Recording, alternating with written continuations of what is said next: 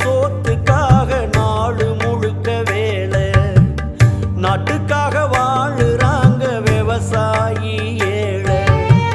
ரத்தத்தைய வேர்வ போல சிந்துறாங்க பூமியில, கஷ்டப்பட்டு பலனும் இல்ல, கண்ணீரு தான் கண்ணுல.